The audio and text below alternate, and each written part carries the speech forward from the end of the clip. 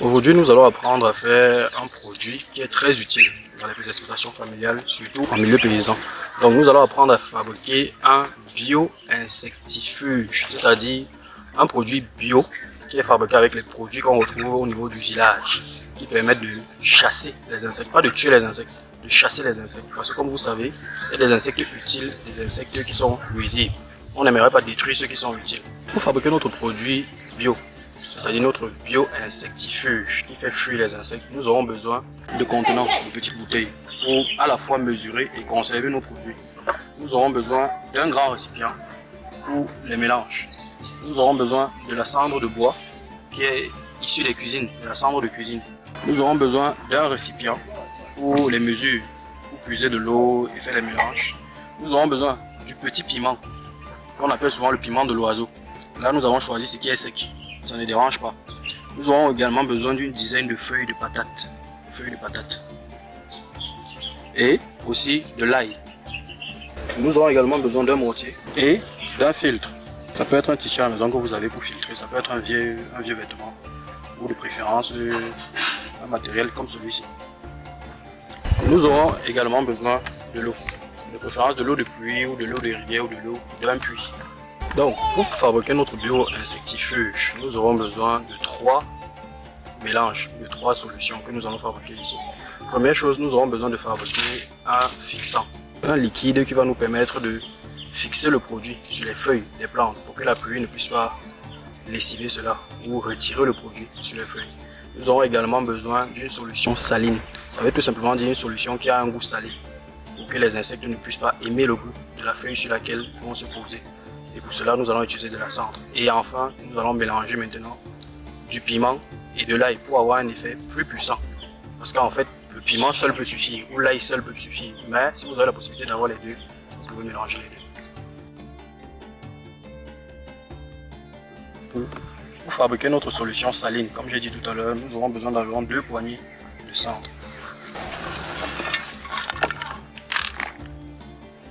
La quantité, il n'y a pas d'exagération, on va mettre un peu plus.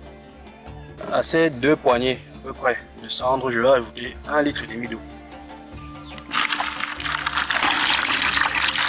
On va verser de l'eau, on va remuer pour mélanger la cendre et l'eau. On va remuer quelques instants. Là, c'est suffisant. Après avoir remué, nous allons filtrer notre solution. Donc, on va utiliser notre filtre.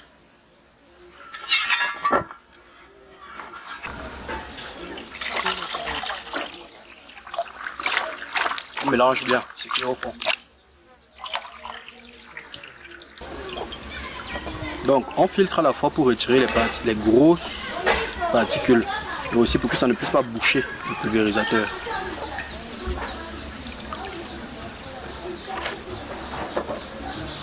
Voilà, nous avons notre solution saline que nous allons maintenant mesurer. Donc, j'ai une bouteille de demi-litre dans laquelle je vais mettre ma solution saline pour la conserver. Elle peut être conservée pendant plusieurs mois, voire même 1 an. Ça peut aller jusqu'à 1 an de conservation.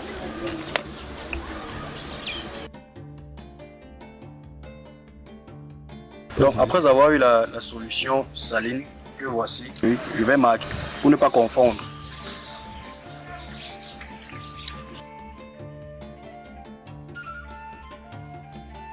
Pour la deuxième solution, nous allons fabriquer le fixant, comme je vous expliquais, à base de feuilles de patate. Ici, on a environ une dizaine de feuilles de patate. On n'a pas besoin d'en avoir beaucoup.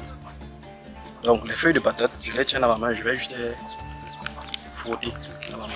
Donc, les feuilles de patate vont jouer le rôle de fixant, c'est-à-dire ce sont eux qui vont permettre au produit de caler sur les feuilles de la plante que nous voulons traiter. Donc là, je m'assieds, je frotte dans mes mains avant de commencer à mélanger avec de l'eau. Je frotte d'abord dans mes mains. Donc là, ça commence à prendre. On aura besoin maintenant d'eau pour monter. Donc je vais ajouter là environ un demi-litre d'eau.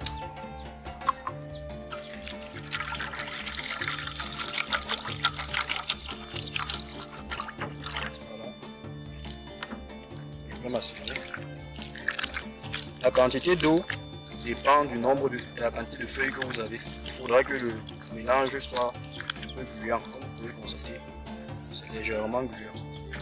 Vous voyez, la solution est gluante. ça qui permet de fixer le produit sur la plante. On va macérer pendant environ 5 minutes, jusqu'à ce qu'on sent que l'eau là pèse légèrement ou que ça devient aussi un peu gluant. C'est pourquoi il ne faut pas mettre trop d'eau. Donc je vais filtrer ma solution.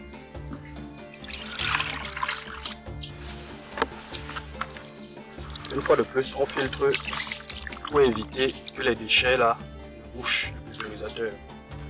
Et ma solution, je vais la conserver dans une bouteille d'environ 1 demi-litre.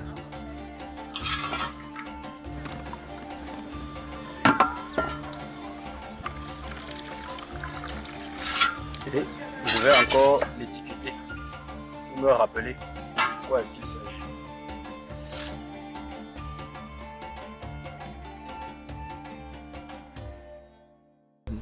Après avoir fabriqué notre fixant et notre solution saline, nous allons passer maintenant au constituant principal, aux ingrédients principaux. Donc là j'ai du piment. Je vais mesurer à peu près un demi-kilo ou une demi-assiette, comme celle-ci que vous avez là.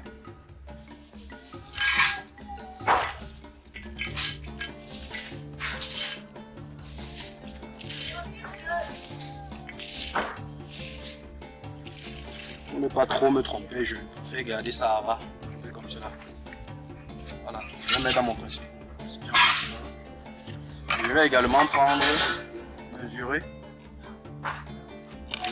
mesurer un demi kilo ou une demi assiette comme cela d'ail. Je n'ai pas besoin d'éplucher mon ail. Par contre, je peux concasser la gousse. Pas besoin de retirer la peau.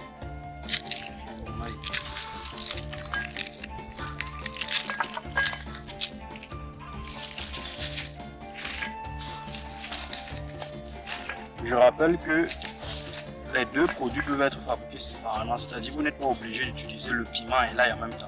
Et là, comme je veux quelque chose qui est plus puissant, j'utilise les deux. Donc ça aussi, je vais mélanger là. Et les deux, je vais les mettre dans mon...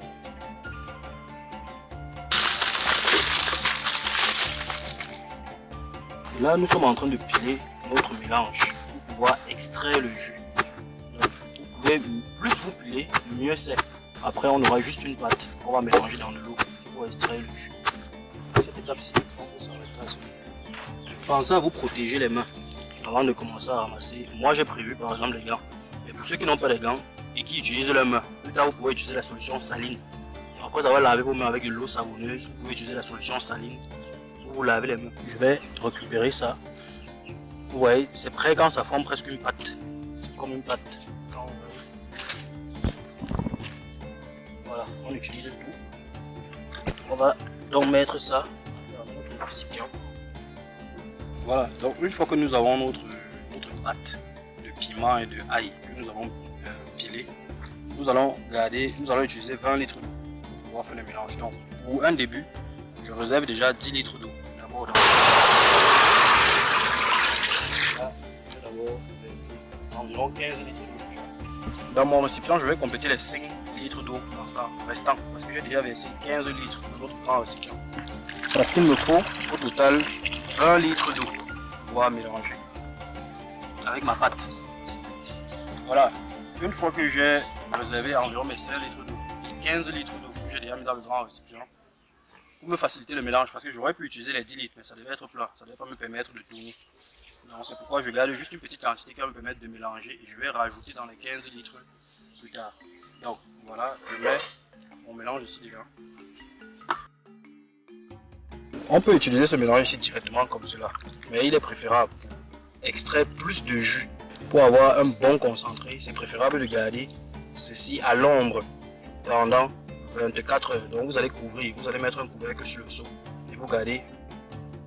Donc nous pouvons utiliser notre mélange comme cela, tout simplement comme nous venons de mélanger là. Mais pour plus d'efficacité, pour mieux extraire le jus de notre piment et de notre ail, il serait préférable de garder ce mélange là, donc de l'eau avec notre pâte de piment et d'ail pendant 24 heures. Donc apparemment maintenant il doit être 16 heures. Donc je garde ce mélange jusqu'à 16 heures demain. Je me rassure de couvrir le seau de garder dans un espace à l'ombre, loin d'une source de chaleur. Il ne faut pas mettre dans la cuisine à côté du feu. Il faut mettre dans un endroit frais et sec. Ok, 2 jours plus tard, voici une petite partie de notre solution. Ce sera, vous allez voir, votre ail sera, les feuilles, vous voyez qu'elles ont légèrement noirci. Donc le jus a été bien extrait. 24 heures plus tard, mais vous pouvez garder jusqu'à 2 jours, comme j'ai dit. Là, c'est 24 heures plus tard. Hier à 16 heures, j'ai fait le mélange. Aujourd'hui, il est 16 heures. Voilà un peu le résultat que j'ai.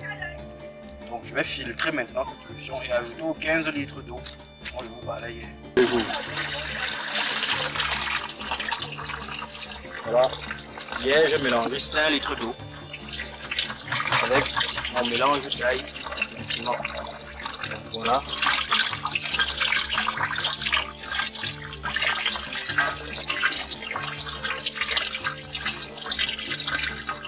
Ça, c'est le résultat après 24 heures. Mais vous pouvez garder jusqu'à 48 heures, c'est-à-dire 2 jours pour mieux extraire le jus.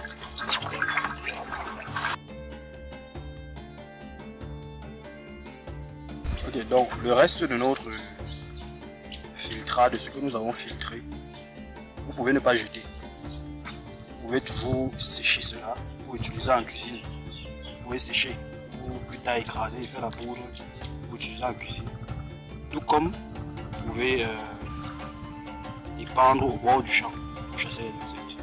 Ou par exemple ceux qui ont beaucoup de termites, vous pouvez jeter ça dans les termitières.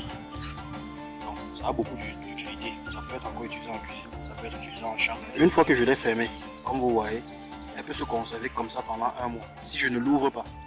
Mais une fois que je l'ouvre, j'aurai maximum 2 jours pour l'utiliser. Pourquoi? Parce que c'est l'odeur, la forte odeur qui va permettre de chasser les insectes. Une fois que j'ai fermé, je dois conserver dans un endroit à l'abri du soleil, un endroit frais, loin du feu, loin de la chaleur. Donc dans un endroit frais et sec, de préférence même à l'ombre. Arrivé au terme de notre processus de fabrication de notre biopestifuge, nous avons un fixant à base de feuilles de patate, une solution saline à base de cendres de bois et notre solution ail plus piment. J'ai là un contenant, une bouteille d'environ 1,5 litre et vous avez vu marqué dessus bio-insectifuge, un produit bio qui permet de chasser les insectes. Donc pour remplir ma bouteille, j'aurai donc besoin de mon fixant. Je vais remuer. Je vais le remuer. Je vais verser dans ma bouteille. Je verse à peu près la moitié. D'abord, pour faciliter le mélange, je vais verser à peu près la moitié. La solution saline, je vais remuer aussi. Je vais verser encore à peu près la moitié, juste pour faciliter le mélange.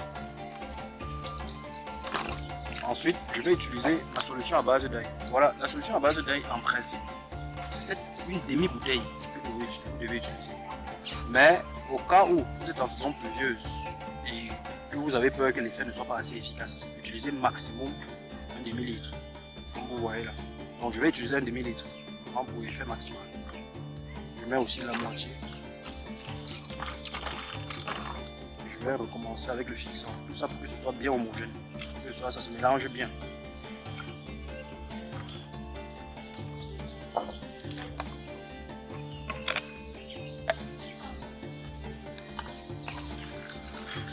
Il n'y a pas d'ordre de mélange.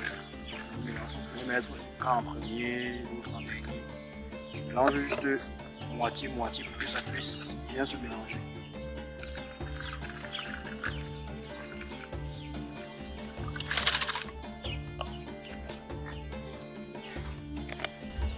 Parvenu donc au terme de notre fabrication du bio-insectifuge que voici. Vous avez pu vous rendre compte que nous avons utilisé un fixant pour permettre au produit d'adhérer aux feuilles, caler sur la feuille, ne pas s'évaporer.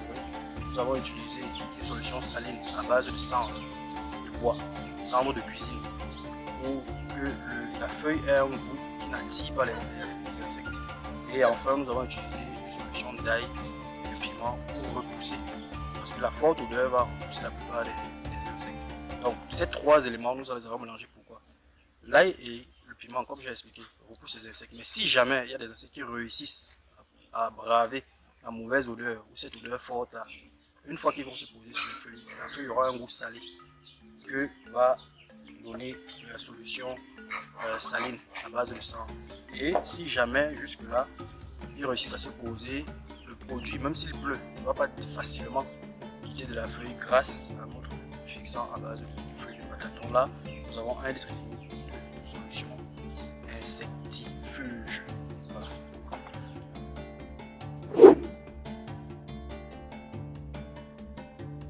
Félicitations à vous si vous êtes arrivé jusqu'à cette étape. Cependant, il y a des précautions à prendre. Ce produit-là, effectivement, peut déjà chasser les insectes, mais il ne faudrait pas l'utiliser tel quel. Il est encore trop puissant, donc il va falloir le diluer. Ce que vous allez faire, c'est que vous allez utiliser cette bouteille ici dans un pulvérisateur, mais pas un pulvérisateur plein d'eau de 16 litres. Vous devez donc mettre 14 litres d'eau dans votre pulvérisateur et puis ce produit. Une fois que vous aurez fait cela, rassurez-vous de bien mélanger.